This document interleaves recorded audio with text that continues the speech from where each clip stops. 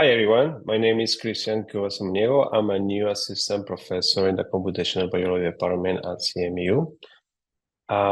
Before I start my research areas, I would like to tell you about my background, which is multi-interdisciplinary. During my undergrad, I focused on robotics research. Then I switched my attention in feedback mechanisms and applied them to study biological systems using computational tools.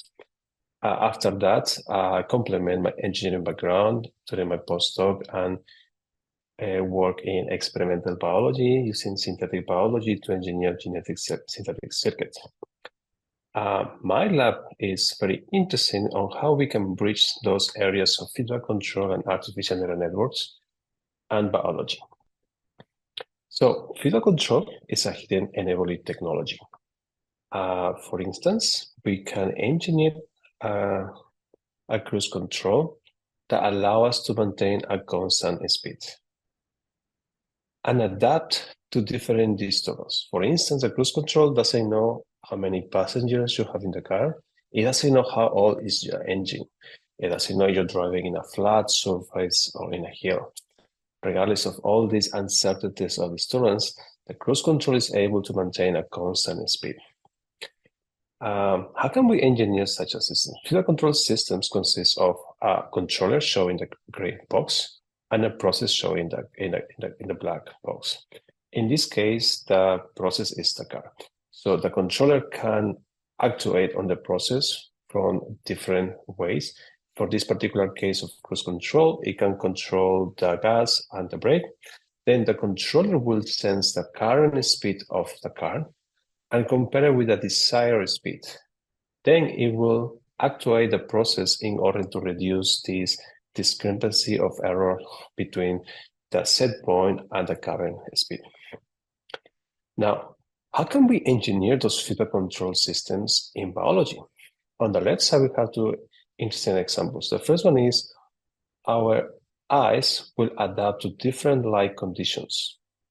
So when we are in a dark room, the light conditions are low, then the pupil will expand or large. Now, when we are outdoors, there is a lot of light, then the pupil will reduce the size in order to compensate the amount of light that we needed. Now, if we can harvest this type of feedback mechanisms, we can engineer completely new technology.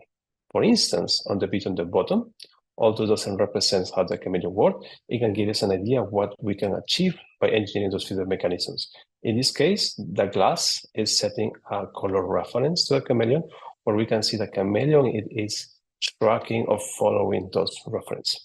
This is basically the core concept of adaptive materials. We can use the same principles to design smart therapies and create a different number of applications. So my lab is interesting on how can we design those feedback molecular controllers in living cells through computational and by developing computational and experimental tools. The second aspect of my research is using artificial neural networks, which are a powerful tool for classification problems.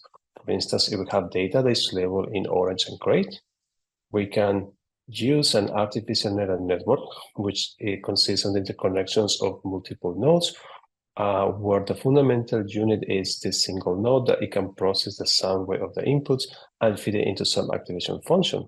By tuning the weights of those networks, we can separate the orange dots from the gray dots.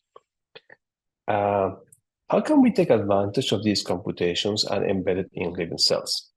In my end, that we can recognize patterns of biomarkers. These biomarkers can tell us what is a normal cells and cancer cells and control cell behavior for therapy, diagnostics, or even create new applications that we haven't never developed before.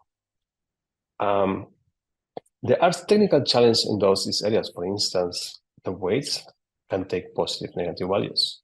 However, biology use positive values, concentrations and kinetic rates are positives. How can we embed the fully computation of ANN using chemical reactions?